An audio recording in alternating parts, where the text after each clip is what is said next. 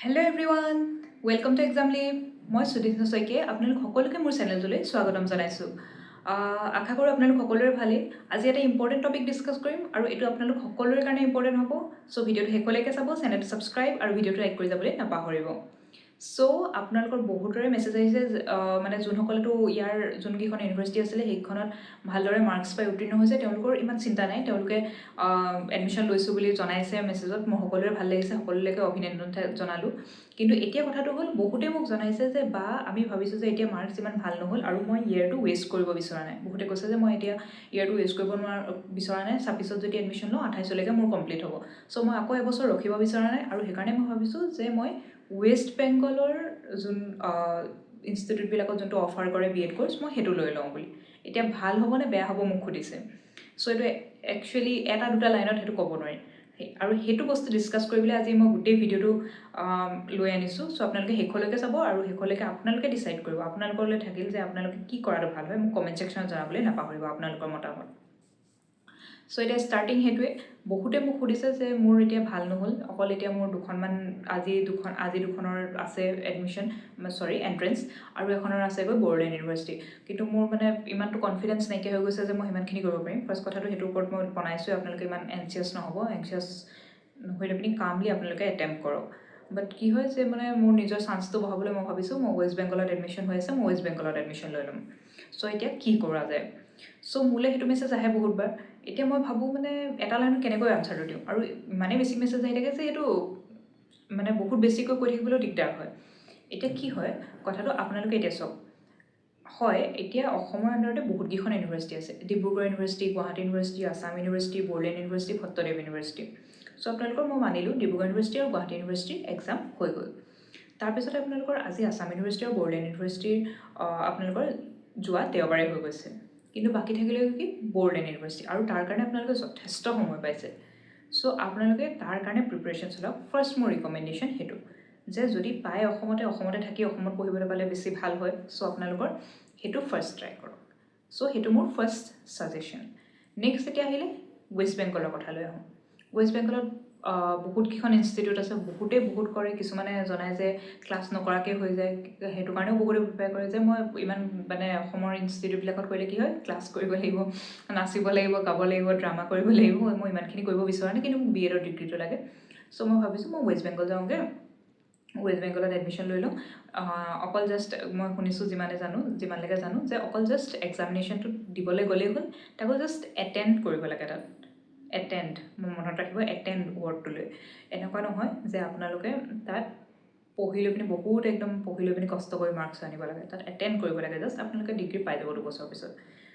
ফিজটো হয় যথেষ্টখিনি ফিজ যিমান শুনিছোঁ কিন্তু মানে সেইটোৱে হৈ যায় জাষ্ট 4 বাৰ যাব লাগে 4টা ছেমিষ্টাৰ এডমিশ্যন লৈ লোৱা কৰ্ম খতম চ' আমি সেইটো বিচাৰিছোঁ এটা ফালৰ পৰা হয় মই যদি আপোনালোকক কওঁ ঠিকে আছে যে আপোনালোকে ইমান কষ্ট কৰিব নালাগে আপোনালোকে নিজৰ লাইফত ব্যস্ত থাকিব পাৰিব কোনোবাই কিবা চাকৰিৰ কাৰণে প্ৰিপেৰেশ্যন চলাই আছে যদি প্ৰিপেৰেশ্যন কৰিব পাৰিব সময় পাব কোনোবাই বেলেগত টিচিং কিবা কৰিয়ে আছে যদি অলৰেডি পঢ়াই আছে যদি সেইখিনি কৰি থাকিব পাৰিব ডিগ্ৰীটো পাই যাব দুবছৰ পিছত অসমত টেটৰ এক্সাম দিব পাৰিব টেটৰ চাকৰি মানে চৰকাৰী চাকৰি পাব পাৰিব সেইখিনি বহুতখিনি ঠিক আছে সেইফালৰ পৰা একদম মানে ছেটেল লাইফ কিন্তু নেক্সট আমি এটা যদি চাওঁ কি হয় এতিয়া বহুত সেইটো কণ্ট্ৰভাৰ্চিয়েল টপিক হয় অসম চৰকাৰে বহুতবাৰ কৈছে বহুতবাৰ সেইটোৰ ওপৰত প্ৰটেষ্ট হৈ থাকে শিক্ষকসকলে যোনসকলে ইয়াত অসমত কৰিছে চাওক আপোনালোকৰ মই এটা কথা কওঁ ওপৰ বা কম বা বেছি বুলি কোৱা নাই কিন্তু চাওক এইখিনিয়ে এছামে আমি অসমত থাকি বহুত ভালদৰে কষ্ট কৰি পঢ়ি লৈ পিনি পাইছে আৰু এছামে যদি গৈ লৈ পিনি আমাৰ মাজতে কিছুমানে সকলে গৈ লৈ পিনি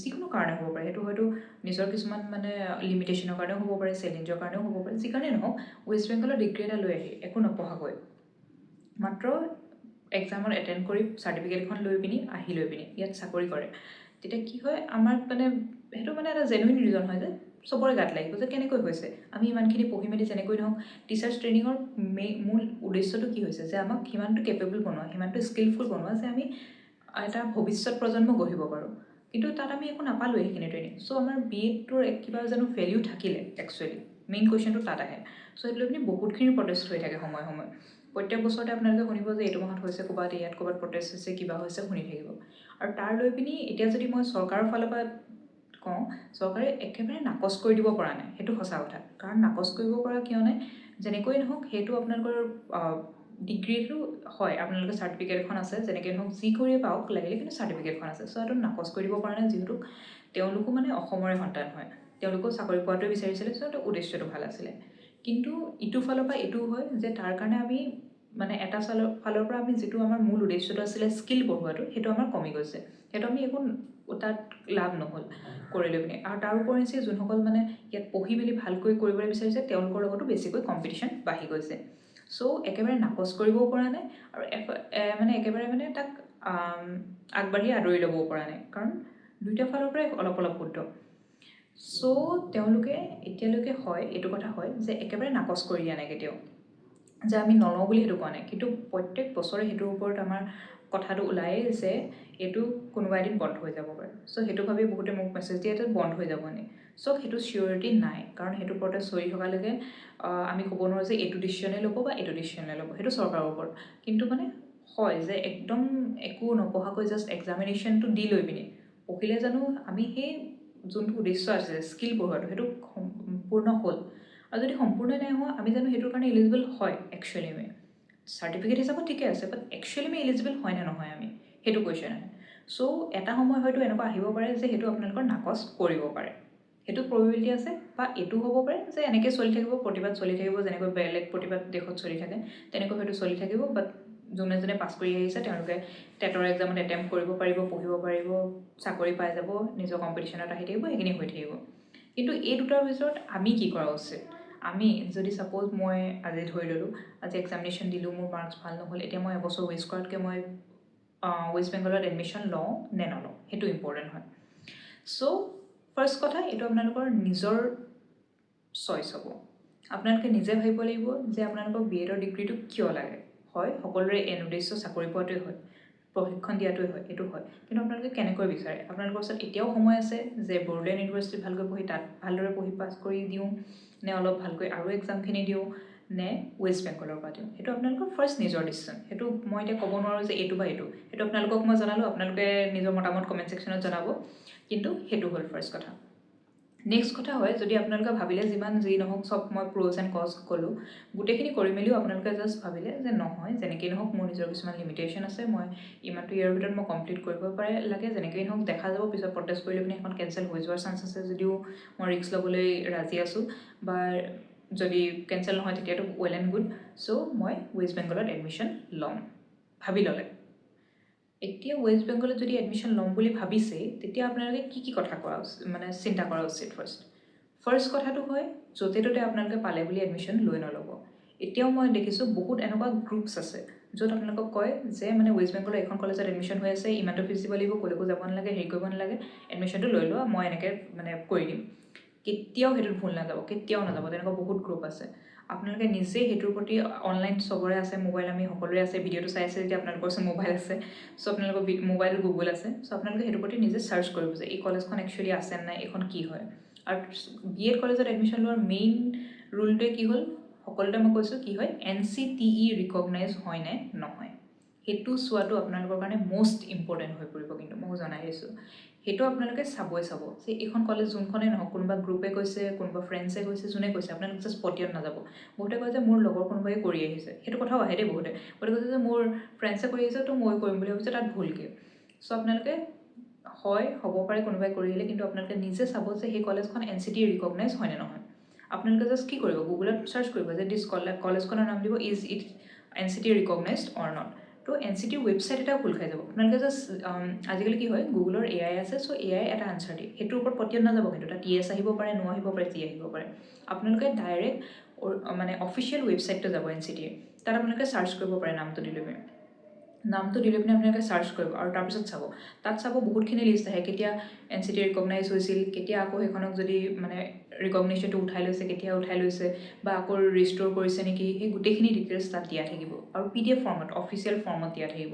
চ' আপোনালোকে সেইখিনি চেক কৰি ল'ব। তাৰ পিছতহে কিন্তু আপোনালোকে যদিও ভাবিছে এডমিশ্যন ল'ম বুলি, তাৰ পিছতহে ল'ব। কিন্তু তাৰ আগত কেতিয়াও নল'ব। কাৰোবাৰ কথা শুনি যে ইয়াত পইচাটো কম হ'ব, ৱেষ্ট বেংগলত যাব নালাগে, কিবা হয়, বা যেনেকৈ নহওক, যি কি নহওক, যিমান ৰিজন লওক, কিন্তু আপোনালোকে এইটো চেক কৰি ল'ব, যদি আপোনালোকে এডমিশ্যন ল'ম বুলি ভাবিছে। যদি নাই ভবাটো তেতিয়া বেলেগ কথা, কিন্তু যদি ভাবিছে সেইটো ফাৰ্ষ্ট। আৰু এটা কথা, যদি এডমিশ্যন পাই গ'ল, তাৰপিছত আপোনালোকৰ সেই ডিগ্ৰীখন কোনখন ইউনিভাৰ্চিটি আণ্ডাৰত আপোনালোকে পাব। NCT ৰিকগনাইজ হয়নে নহয় এইটো ফাৰ্ষ্ট কথা, কিন্তু কোনখন ইউনিভাৰ্চিটি আণ্ডাৰত পাব। যেনেকৈ আমাৰ ইয়াত ডিব্ৰুগড় ইউনিভাৰ্চিটি, গুৱাহাটী ইউনিভাৰ্চিটি আছে, তাতো তেনেকৈ ইউনিভাৰ্চিটি থাকিব। চ' কোনখন ইউনিভাৰ্চিটি আণ্ডাৰত পাব, সেইখন ইউনিভাৰ্চিটিৰ একচুৱেলি আকৌ ক্ৰেডিট আছেনে নাই সেই গোটেইখিনি চাই ল'ব এফিলিয়েটেড। চ' এফিলিয়েশ্যন কাৰ হয়, কি হয়, সেই গোটেইখিনি ডিটেইলছ চাই লোৱাৰ পিছতহে আপোনালোকে এডমিশ্যন ল'ব। চাওক, আমি হয় ওচৰৰে ৰাজ্য, কিন্তু আমি ইমানকৈ গৈ থকা নহয়, আমি ইমান নাজানো, বহুত কমহে জানো চাগে ৱেষ্ট বেংগলত কিমানখন ইউনিভাৰ্চিটি আছে, কি হয়। চ' আপোনালোকে গোটেইখিনি ডিটেইলছখিনি গোটাই লোৱাটো আপোনালোকৰ নিজৰ কৰ্তব্য হ'ব যদি আপোনালোকে নিজে এডমিশ্যন লৈছে। কাৰণ চাওক, এদিন দুদিনৰ কথা নহয়। আপোনালোকে ছাপ'জ এডমিশ্যন লৈ হ'ল, আপোনালোকৰ সকলোখিনি ভাল হ'ল, আপোনালোকে চাৰ্টিফিকেটো পালে, 2028 আপোনালোকে চাৰ্টিফিকেট পাই ওলাই আহিলে।